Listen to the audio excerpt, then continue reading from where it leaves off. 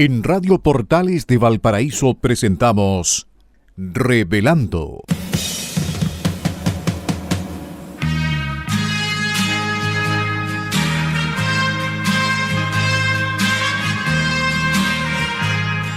Un programa donde se abordan temas de actualidad, contingencia y la agenda cultural de la zona.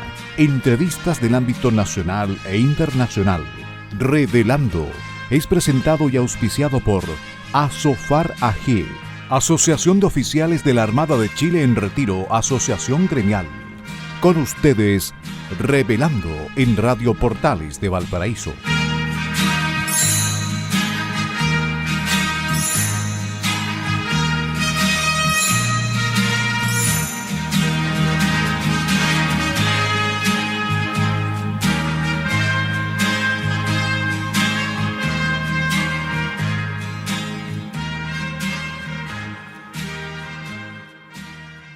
Queridísimos amigos de Revelando, bienvenidos. Buenas tardes para ustedes, buenos días para nosotros que estamos grabando el programa temprano. Bienvenidos a este programa de día martes 10 de marzo del 2026. Hoy estamos con el equipo incompleto, pero, incompleto a media en realidad. Patricio Schiavetti está ausente por razones personales. Eugenio Guerrero se incorporará en un ratito más. Así es que vamos a hacer el programa Enzo Alvarado, el periodista de Asofar, nuestro periodista, nuestro DJ, y yo, que les habla, Pilar Soberado, para que luego en algún minuto se incorpore Eugenio. Así que digo incompleto solo porque no está Patricio Schiavetti, al que le deseamos éxito en sus temas de hoy día martes. Bueno, antes de partir el programa y como siempre, nuestros agradecimientos a Asofar, Asociación de Oficiales de la Asociación de Oficiales de la Armada de Chile en Retiro, por su apoyo constante y uniforme a nuestro programa, gracias al directorio, gracias a sus socios, y nuestros agradecimientos también a Radio Portales de Valparaíso por también su constante apoyo, gracias a Gerardo Terán, que estará por la tarde en los controles. Bueno, y dicho eso, que es lo que, corresponde porque hay que ser agradecidos, dos cosas. Las opiniones que transmitimos en este programa son de nuestra exclusiva responsabilidad y esas opiniones no representan necesariamente el pensamiento ni de Asofar ni de Radio Portales de Valparaíso. Y lo segundo, como siempre, recordar a nuestros fallecidos, a nuestras víctimas, a nuestros damnificados de los incendios del 2 y 3 de febrero del 2024. Lo hemos hecho desde el día mismo en que ocurrió esta terrible catástrofe y lo hemos hecho básicamente por dos razones. Una, por la inoperancia del gobierno que se va mañana, la inoperancia del gobierno, de sus autoridades en ayudar a los damnificados en lo que corresponde, en lo que a derecho corresponde, ni siquiera más allá, y en recordar a las víctimas, a las 138 personas que murieron en circunstancias trágicas, terribles, y de las que solamente se acuerdan los deudos, los amigos y también nosotros, que no las autoridades. Ese es otro manchón que se lleva a este gobierno progresista, feminista, animalista, inclusivista, etcétera, etcétera, que vino a cambiarlo todo. Afortunadamente no pudo cambiar nada, que se va con la cola entre las piernas y largos, etcétera, que vamos a comentar luego. Pero por lo pronto, nuestro recuerdo, como siempre, para los damnificados de los incendios y para sus víctimas, 138 personas. Bueno, ya se incorporó Eugenio, pero te saludo. Hola Eugenio, querido Eugenio Guerrero. Estimadísima Pilar, estamos combinados hoy. Tenemos el mismo Estamos, color de camisa. sí, nos falta la corbata, Claro, lo único que preparando discrepa el es camino. Enzo. Sí, es que Oye, eso es mucho. deportista. Es que Claro, él es exacto. deportista, pues lógico. Claro. Oye, bueno, No, déjame, Eugenio, antes de partir con nuestro programa y desarrollar lo que tenemos en la pauta, dame un minuto para que comentemos efemérides y hagamos un pequeñísimo homenaje a carabineros, a los carabineros mártires. En un día como hoy, en 1815, el general Mariano Osorio asume como gobernador de Chile y capitán general. Recordemos que Chile era una capitalía general durante el reinado español y asume como capitán general de Chile durante la Reconquista. Patria Vieja, Reconquista, Patria Nueva. En 1919, y a los 68 años, muere el historiador de la Guerra del Pacífico, don Gonzalo Bulnes, hijo del general Manuel Bulnes. 1946, y esto quiero que lo tratemos brevemente luego en el primer grupo, acápite del programa. En 1946 se celebra por primera vez en Chile el Día Internacional de la Mujer. Vamos a tratar algo de eso por todas las tonteras que pasaron el día domingo. Y en relación con nuestros carabineros mártires a los que siempre les rendimos un pequeñísimo homenaje nombrándolos aquí, un día 10 de marzo de 1948 fallece el cabo Carlos Cabrera Bustos por un atropello de la 15ª Comisaría de Tránsito. Es la víctima número 243 de Carabineros de Chile.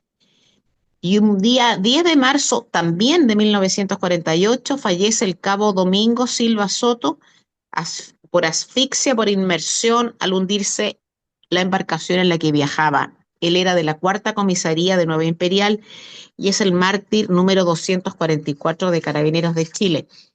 Para ello, nuestro recuerdo, lo que siempre decimos aquí, que descansen en paz, la muerte no es el final, y agradecer a Carabineros de Chile su labor constante y además agradecer al general Patricio Geldres, que es quien nos entrega la información sobre los carabineros que han fallecido a lo largo de la historia de este cuerpo que tiene como lema orden y patria.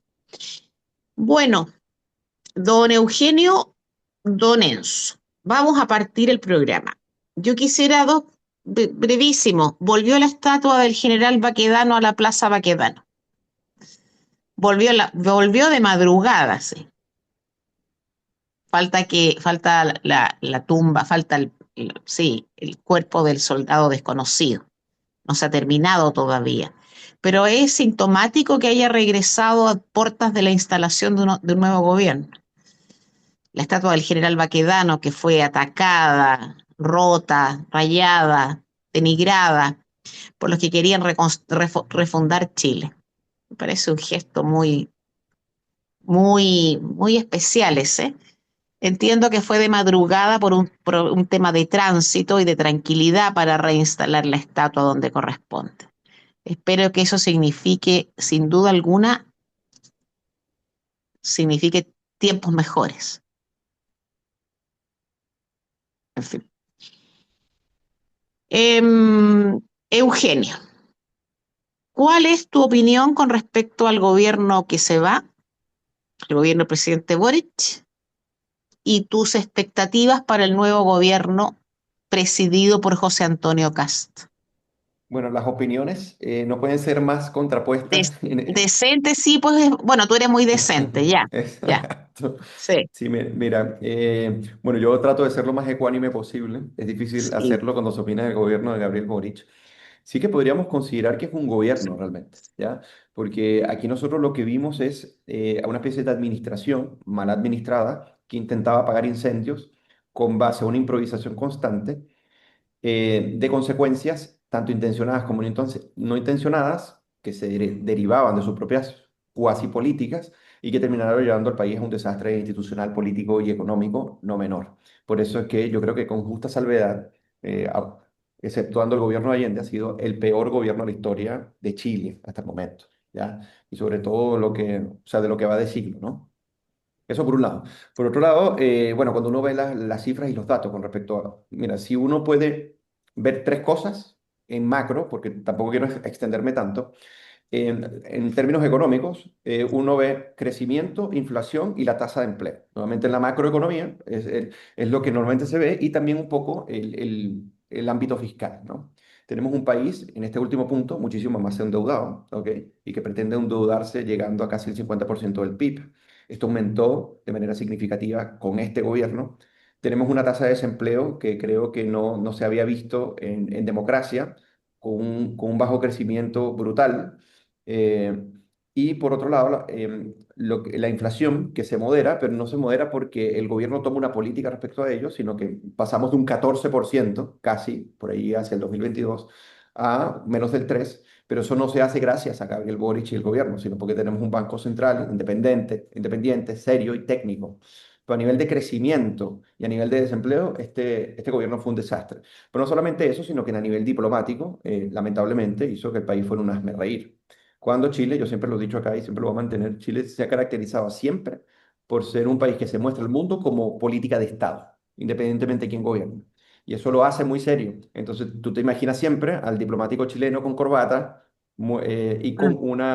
y con un discurso muy coherente con base a lo que se establece por política de Estado. Y eso a mí me pareció siempre impresionante. Entonces, claro, cuando llega Gabriel Boric y ni siquiera sabe los nombres, los que están en la mesa, hace un desplante hacia el embajador de Israel y casi que entra en una conflagración verbal con Estados Unidos y tiene estas posturas con respecto a China y con respecto a Venezuela, que fue muy dubitativo, y el tema Cuba, entonces uno dice, bueno, estamos frente a un gobierno que no tiene por ningún lado para uno poder decir, y eso si tomamos los índices de criminalidad, por ejemplo, que sea positivo. Con respecto al gobierno actual, o sea, al que asume ahora el presidente electo, yo tengo de las mejores expectativas, ¿ya?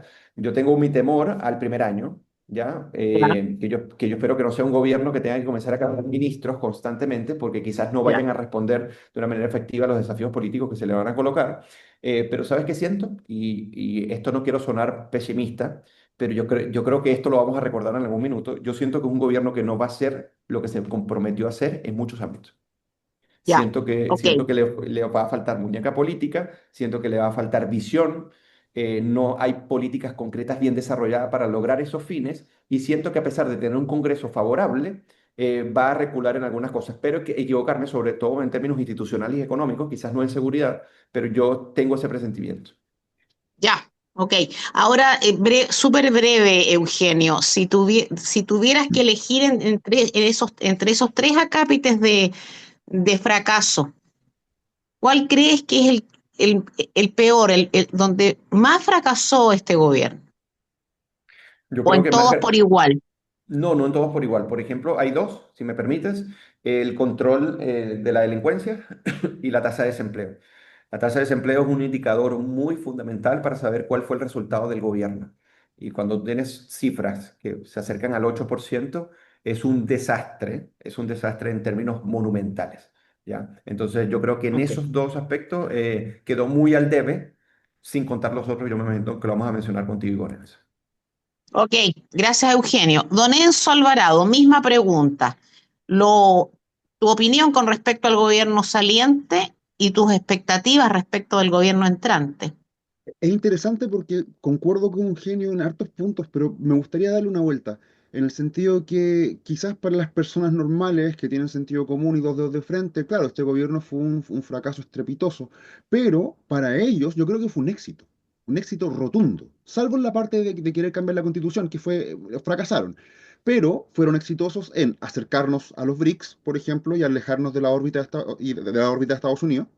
Fueron exitosos al momento de erosionar las instituciones. Recordemos que ellos son deconstructivistas, así que fue un éxito lo que generaron. Destruyeron la figura del presidente, el cargo más importante de la República, lo transformaron en un payaseo, en un mamarracho, hasta el último día, hasta el último día. Mm, Eh, los tipos básicamente, ¿cómo se dice? Generaron una situación tal de descontrol en términos de seguridad que tuvieron que echarse para atrás dos cambios porque realmente ya era mucho, ya era mucho. O sea, eh, estamos hablando del gobierno que se gesta al calor de las protestas y de la destrucción del orden público para luego tener que salir a respaldar de alguna extraña forma a Carabineros de Chile porque ya se les estaba desmadrando todo. Entonces, concuerdo mucho con lo que dice Eugenio, pero me gusta darle esta vuelta. O sea, yo lo veo desde el punto de vista de ellos, de esta coalición nefasta que maneja el gobierno, que es Frente Amplio y sus papás del Partido Comunista. Ellos fueron exitosos. Nos alejaron de la órbita de Estados Unidos, nos acercaron a los BRICS, generaron una contratación monumental de compañeros camaradas en el sistema público. Ojalá mm, el gobierno que viene pueda sacarlos de alguna forma, porque si no los sacan, los tipos van a estar ahí apernados, esperando nuevamente a juntar sí, recursos para hacer otro golpe. Tú, Eugenio, por ejemplo, mencionabas que temes al primer año del gobierno que viene. Yo temo al segundo porque la izquierda siempre golpea con fuerza en el segundo. La izquierda es más fuerte cuando la derecha está en el poder porque se une. A ellos los aglutina el odio. Ellos no tienen un plan constructivo, a ellos los mueve el odio, su evangelio es el evangelio del odio, del resentimiento, de la envidia. Y ellos son más fuertes cuando la derecha está en el poder. Ahora, ¿dónde quizás pudieron haber fallado un poquito?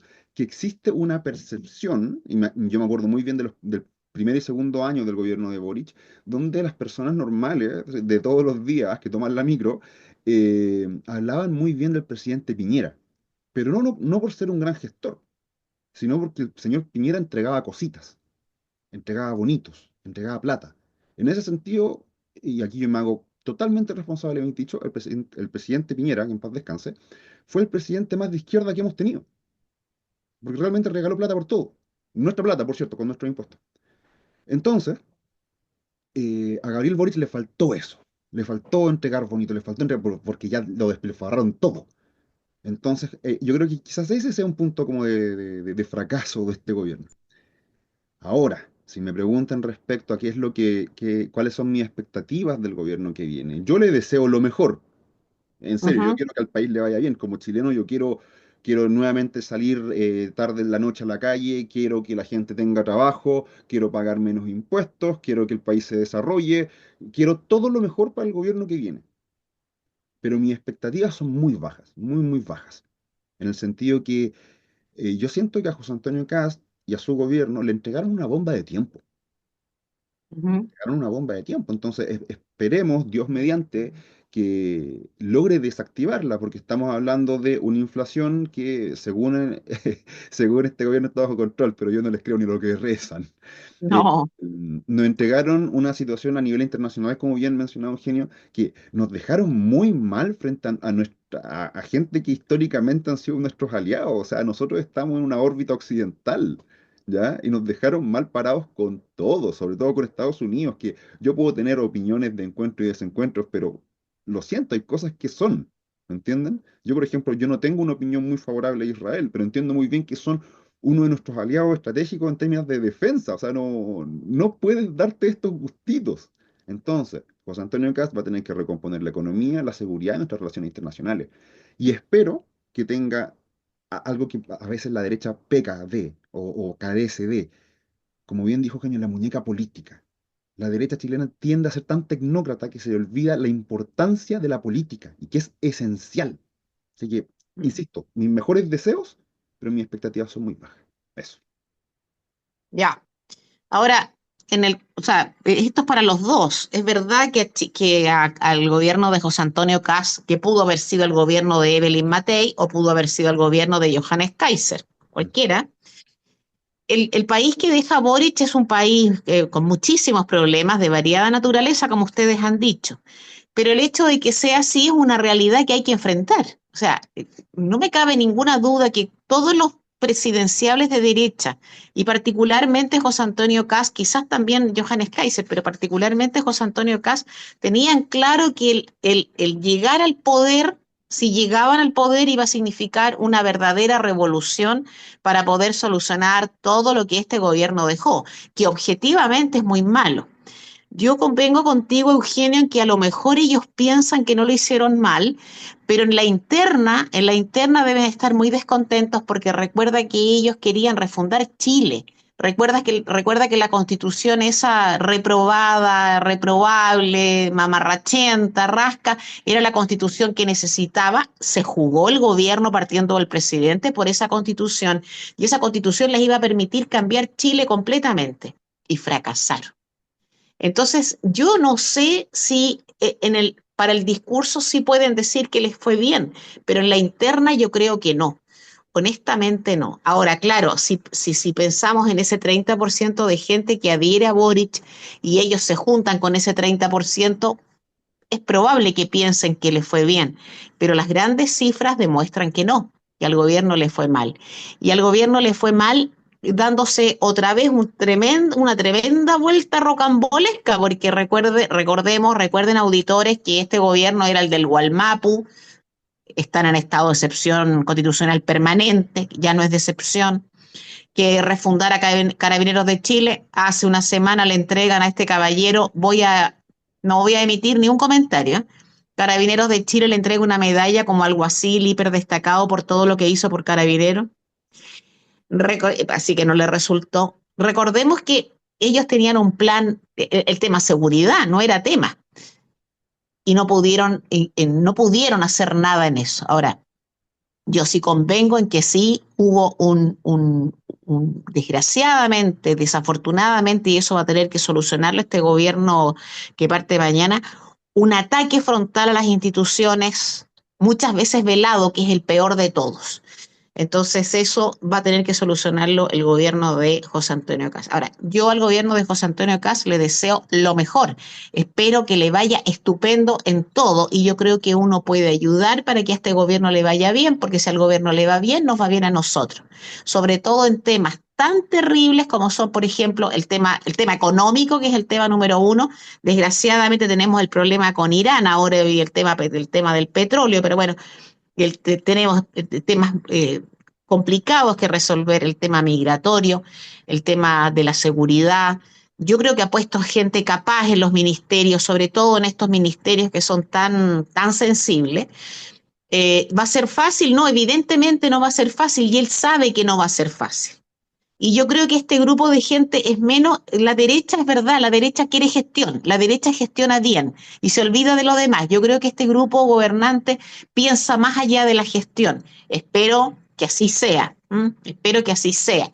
Y que tenga, y naturalmente saben que van a ser tiempos complicados, no porque los tiempos mundiales estén complicados, que lo están, sino por el trabajo que va a hacer la izquierda, que ya lo empezó, creo que lo empieza mañana mismo, pues ya lo empezaron desde el día en que ganó, pero mañana lo parten con una manifestación a título de no sé qué en la tarde, algo.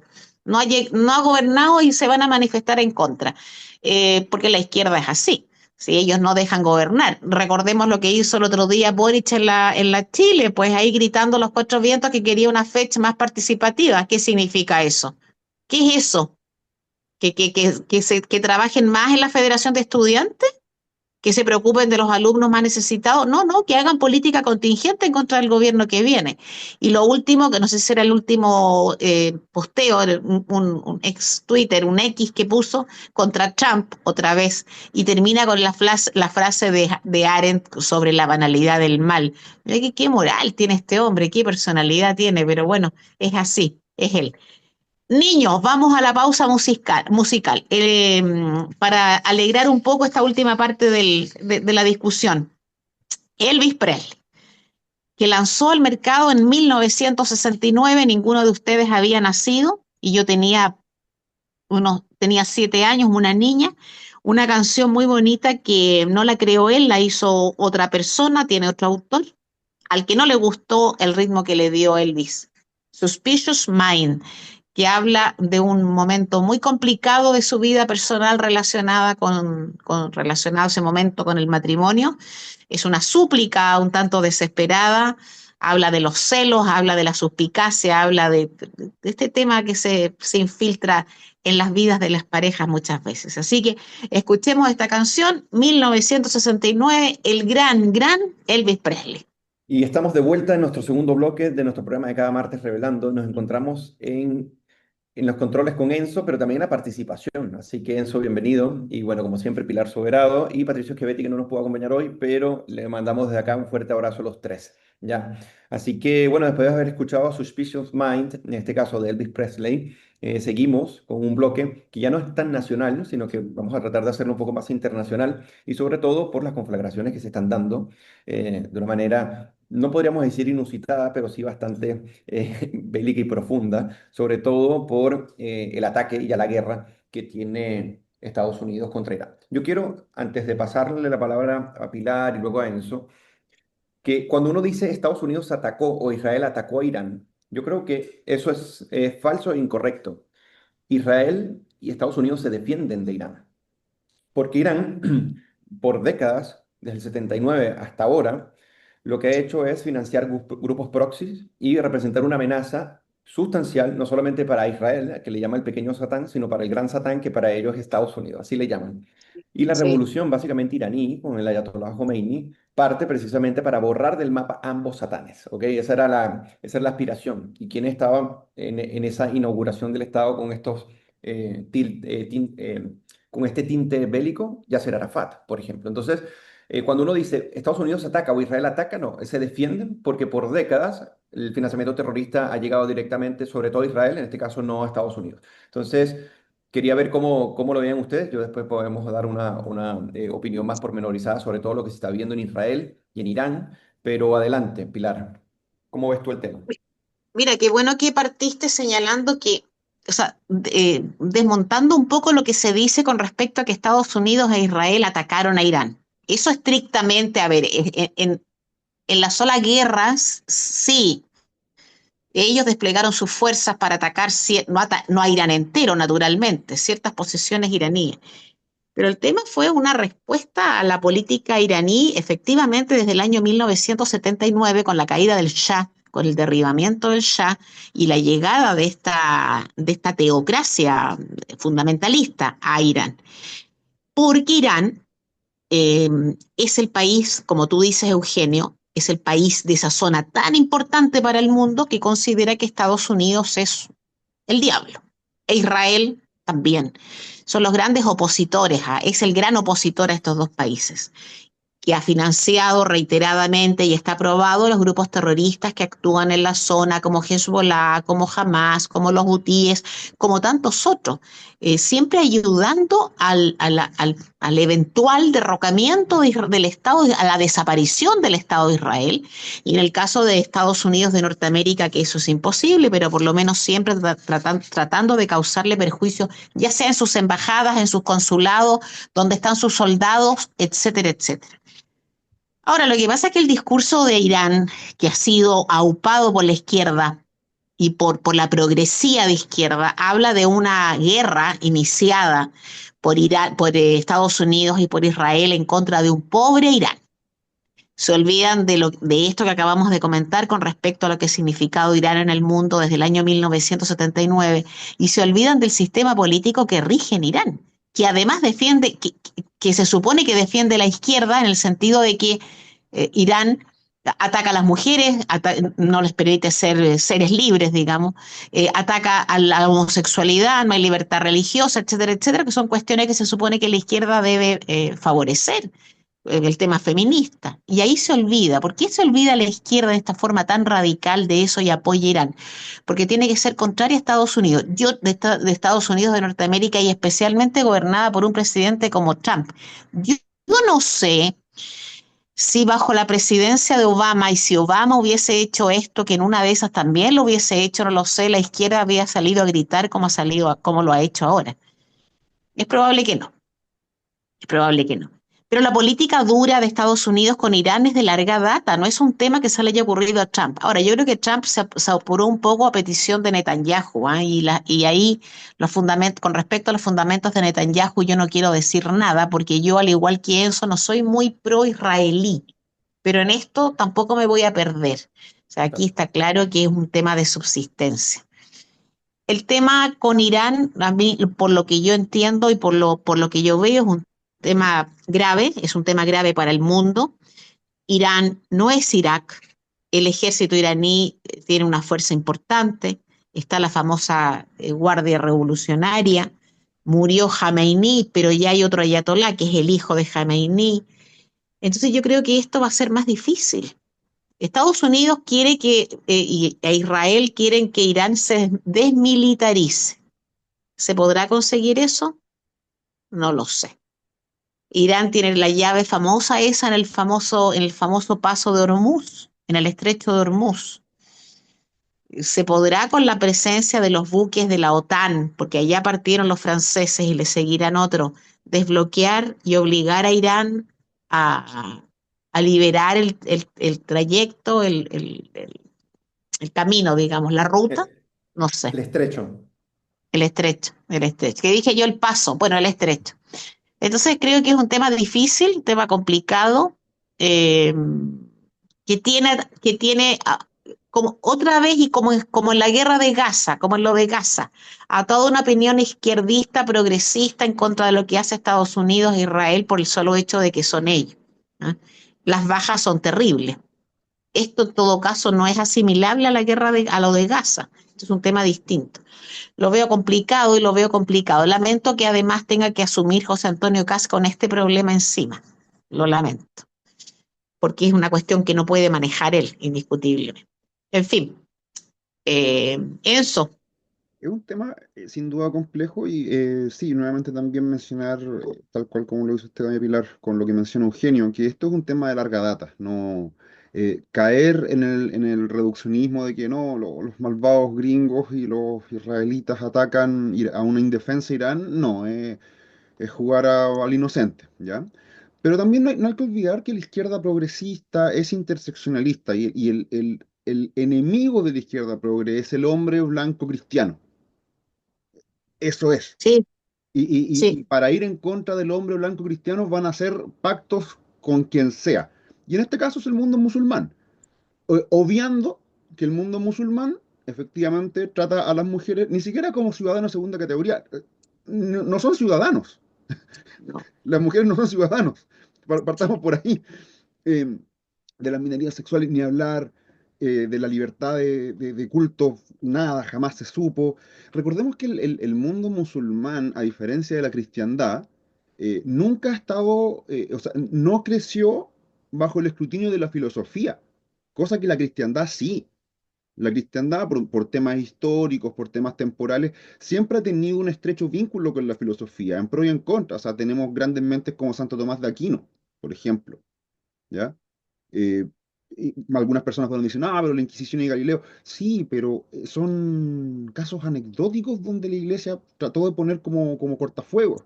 Pero la cristiandad siempre ha estado bajo el escrutinio de la filosofía y las ciencias. No así el mundo musulmán. En el mundo no, musulmán ese escrutinio no existe. ¿Por qué? Porque sabemos qué es lo que ocurre cuando aparecen voces que están en contra de Mohamed y su alegre comparsa, ¿ya? Eso por un lado. Por el lado, habían mencionado el tema del estrecho de Hormuz, pero hay un tema, es un arma de doble filo. Recordemos que buena parte del dinero que hace Irán es vender petróleo barato a China, por lo cual, si cierra el estrecho, tampoco puede no vender. puede. Entonces no Sí, puede haber un cierre completo. O sea, esa amenaza por parte del régimen iraní es un tigre de papel. No puede cumplirla al 100%, porque es dispararse en las rodillas, cosa que Irán en este momento crucial no puede hacer, ¿ya? Eso por un lado. Ahora, hay que ser claros. Yo por lo menos lo veo desde este punto de vista y creo no estar equivocado. Irán va a perder, pero, pero no va a perder su capacidad militar en 2 semanas. Esto va a ser largo. Y recordemos que cada incursión de Estados Unidos en la caja de arena, como yo le denomino, no hay un buen historial ahí. No, no, esto para mí cae en el jarrito de lo que los angloparlantes le conocen como las Forever Wars, las guerras por siempre. Así, le tengo malas noticias al señor Trump. No creo que él gane la reelección. Con esto, buena parte de su electorado se fractura.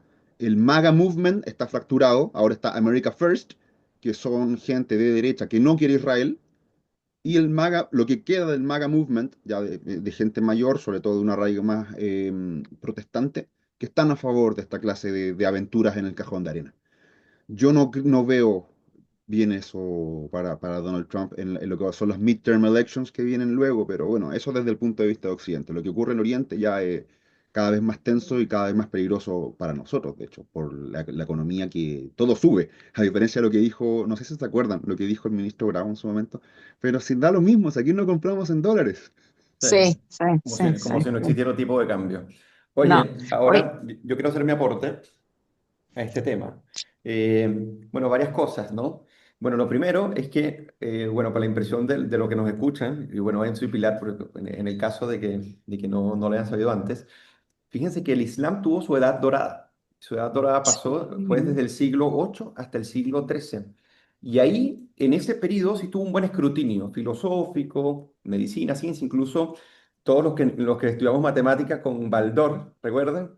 Uy, el Eh, álgebra de claro, Baldor, sí, Al-Khwarizmi, que es el que aparece en la sí. portada, básicamente pertenece a esa edad de oro dorada del Islam, donde se avanzó en matemáticas, en álgebra. Pero ¿qué pasa? Bueno, ahí sí, rescatar lo que dice Enzo. Llega un momento que cuando cae, sobre todo después, si más no me equivoco, con la invasión mongola, llegan las teocracias fundamentalistas donde sacaron todo el escrutinio de todas las ciencias sociales, los avances científicos y todo. Pero fíjate que hasta el Islam Edad Dorada, o sea, ellos tuvieron su oportunidad de salir de la caverna, básicamente. Y bueno, fíjate que básicamente hoy en día el Islam significa vivir en el siglo XIV, al menos de que te vayas a las regiones o los países más ricos, que son básicamente las teocracias sunitas, pero fue porque se tuvieron que adaptar en cierta medida a la racionalidad occidental y por eso son incluso hasta aliados de Estados Unidos. Estados Unidos tiene bases militares en más de 12 países precisamente por eso. Lo que trato de decirte es que es eso, ¿no? Las mujeres, totalmente lo que dice Enzo, no son consideradas ni ciudadanos. Miren, fíjense que para el Islam, el ciudadano de segunda categoría se llama el dhimmi. Y el dhimmi, así ellos veían a Israel y a los ciudadanos israelíes, y así ven a los cristianos y a todos. Tú eres un ciudadano que si no te conviertes, tiene que pagar mayores impuestos y además dejar ser bofeteado, e incluso te pueden hasta escupir y humillar en la calle en el momento que eres un ciudadano de segunda categoría, que es un dhimmi. Pero la mujer en el Islam no llega ni siquiera a eso. Ni siquiera eso, ¿ok? Entonces, es peligrosísimo. Y yo lo que quería comentar con respecto a Irán y a Estados Unidos es que cuando yo comento que se defiende, y obviamente Pilar dice un argumento lógico, bueno, ellos atacan en función también de que son agredidos o la potencialidad de agresión nuclear contra Estados Unidos. Y para esto ir cerrando con mi comentario, es que esto es una guerra que, por ejemplo, la cultura persa, y en este caso como el chiismo, tiene una influencia no menor en los cuerpos de resistencia en Irán. Esto va a hacer que no sea una guerra corta. O sea, olvídense de que ellos se van a sacar de la mente avanzar con la revolución islámica. Quizás no la hacen en el corto plazo, pero la temporalidad en términos de esa lucha no es como la occidental, ¿ok?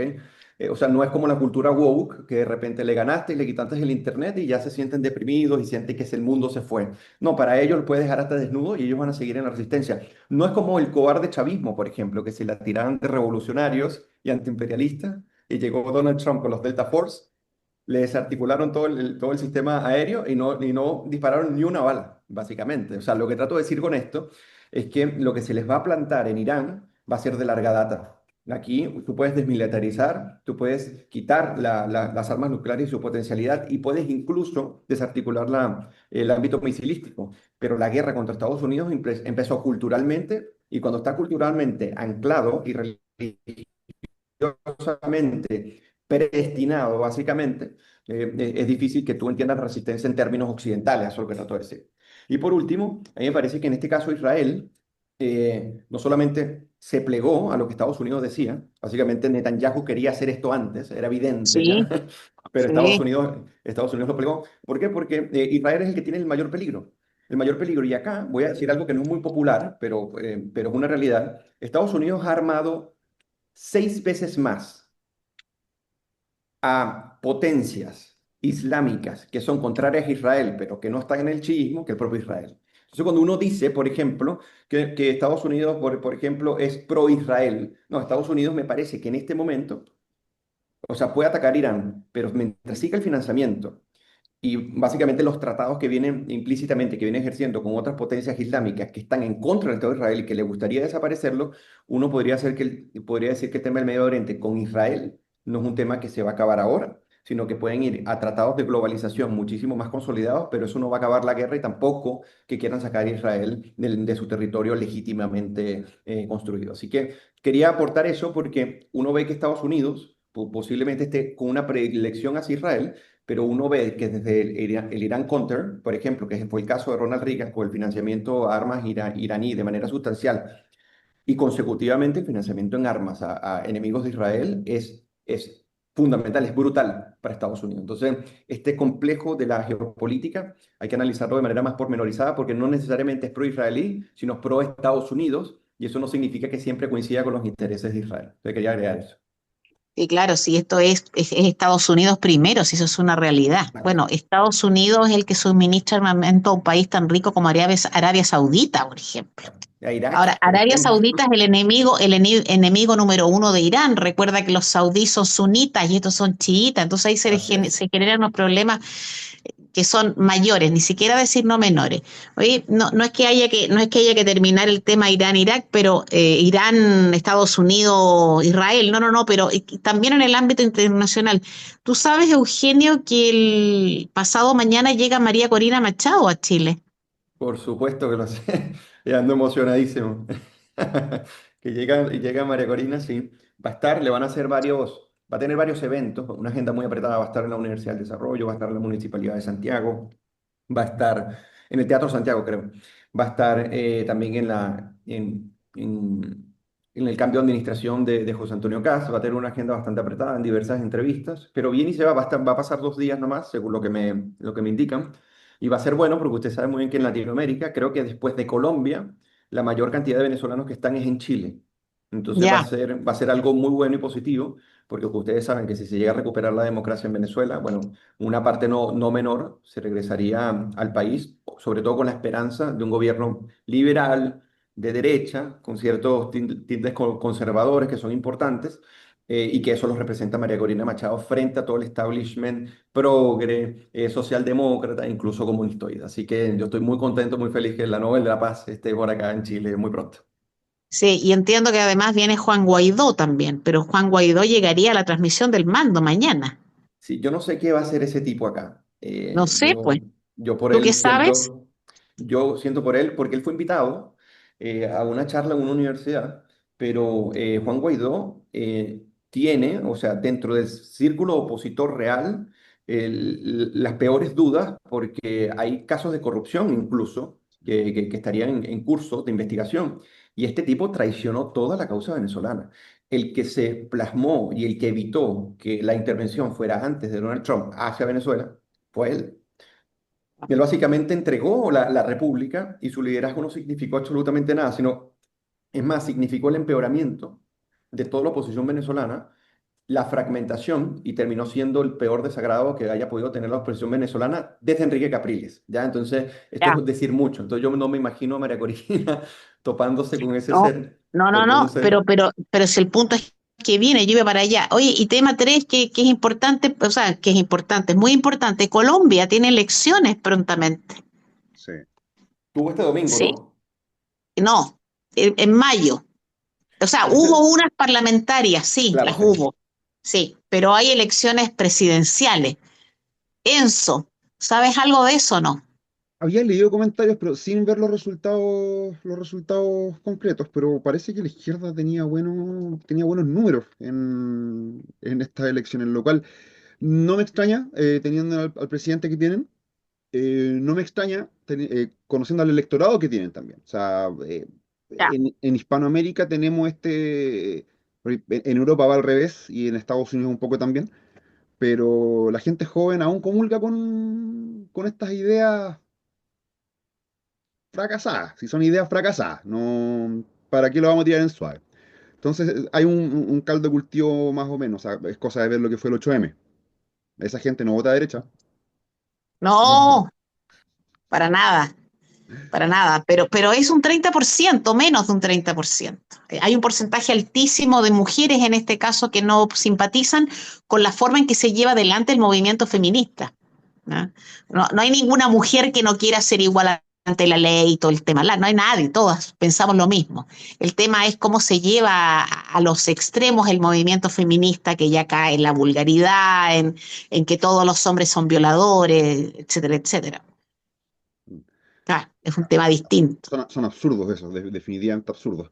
Pero el caso de Colombia, bueno, hagamos un poquito de historia, pues, cómo llega Petro al poder. Ellos también tuvieron su estallido social. Sí, De hecho, mira, ya que nos queda tiempo, que la gente no se olvide que lo que fue el tema del estallido delincuencial no ocurrió solo acá, o sea, ocurrió en buena parte de Hispanoamérica, ocurrió en Estados Unidos con George Floyd, no, me voy a poner el gorro de aluminio, perdón, pero esto no fue ni espontáneo, ni ciudadano, ni nada, no. ¿Cómo dijo este personaje, Eugenio? Las brisas bolivarianas. Ah, sí, Ah, exactamente. sí, Bueno, la espada de Bolívar recorre América Latina y luego decía algo así como sí, las brisas bolivarianas y todo eso, entonces, los vientos, algo así. Y claro, entonces Sí. por eso, hay Lo que que pasa es que, poner atención. mira, si personas como Roberto Ampuero, ex canciller, implica básicamente que para que estos fenómenos se den, tiene que existir algún ámbito de planificación, es obvio. Incluso, yo no sé si ustedes vieron, pero cuando empezó el tema del estallido, la inteligencia militar sacó un informe y lo publicaron, el resumen en La Tercera. Él decía que los acelerantes que utilizaron para quemar el metro eran acelerantes que solamente pueden manejarlo profesionales. O sea, no puede manejarlo una persona. Incluso si yo entro al metro y digo, ¿cómo quemo esto? No podría porque no tengo ni idea cómo hacerlo. Entonces, lo que dijeron ellos es que el tipo de acelerantes y lo consecutivo que fue, no lo espontáneo, lo planificado que fue, implica que hubo organización compleja. Y hay varias investigaciones publicadas en el Libero que son interesantes, que tratan de implicar no solamente la participación venezolana, sino la participación de guerrilla colombiana en la planificación y financiamiento también. Entonces, no es menor que lo que ha sido en Ecuador, como decía Enzo, lo que ha sido en Colombia, lo que ha sido en Chile, apuntaba básicamente a derrocar a gobiernos electos democráticamente para ellos instaurar sus procesos revolucionarios. Gracias a Dios no se dieron. Y ojo, de hecho, la Internet no perdona en ese sentido, y si nosotros nos ponemos a buscar imágenes de archivo de esos países en ese tiempo, hasta la iconografía se repite, po. El tema de de los la misma. lobos, en Colombia también Sí, un perro matapaco, no sé si En Venezuela acá, también. era un modelo, el ACAB, que es súper hispanoamericano, el All Cops Are Bastard, de veras. sí. Pero bueno, no, sí, la Internet no perdona, y por fortuna esta vez tenemos registro, a diferencia de lo que ha ocurrido en tiempos pretéritos, tenemos registro de todo eso. Entonces ahora, Sí. con este gobierno que va a partir, con estos nuevos procesos que se están dando, eh, con más fuerza, creo yo, hay que sacar estos temas a la luz y no dejarlos votados, en absoluto, no dejarlos votados, para no olvidar. Así Sí, es. no, bueno, ya lo dijo Kast en campaña y lo dijeron sus principales representantes, quienes llegaron finalmente a diputado y al Senado, que es imprescindible hacer una auditoría a este gobierno y a todo lo que pasó durante este gobierno. Y eso también, desgraciadamente, alcanza al gobierno de Piñera, porque fue el 2019, estando Piñera gobernando, que pasó este desastre del estallido delictual, que yo convengo con ustedes, creo que es un estallido concertado e importado, porque no es raro, o sea, es muy raro que simultáneamente se produzca aquí, en el Ecuador, en Colombia, hay algo parecido en Estados Unidos de Norteamérica desde otro punto de vista, quizás un poco más atenuado, siendo tan grande, pero no es casual, indiscutiblemente. Ahora, lo vamos a saber algún día y yo tengo serias dudas, ¿eh? Tengo serias dudas. Yo creo que Los procesos sí. tienen... ¿Ah? ¿Tú crees que Yo creo sí? que en Venezuela se supo. Cuando el Caracazo, o sea, nos dijeron que lo Sí. planificaron, pero lo que dijeron es que estaban listos para que cuando se manifestara una protesta grande, ellos poder desestabilizar el país. Y eso lo dijeron personas que participaron y luego se hicieron opositores 20, 30 años después. Bueno, vamos a ver, pues, a ver qué hay. Así Bueno, mismo. vamos a despedir el programa. Mañana es un día bien especial. 11 de marzo asume el nuevo gobierno. Éxito a las autoridades. Estaremos atentos, eso sí, porque nos interesa y nos importa. Así es que será hasta el próximo martes. Don Eugenio, muchas gracias. Don Enzo, muchísimas gracias también. Auditores, que tengan una estupenda tarde y mejor semana. En Radio Portales de Valparaíso hemos presentado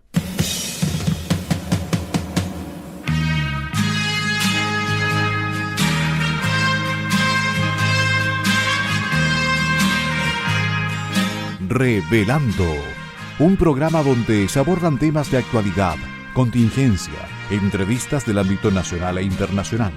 Revelando es presentado y auspiciado por Asofar AG, Asociación de Oficiales de la Armada de Chile en Retiro, Asociación Gremial. Sintonícenos en un próximo programa. Buenas tardes.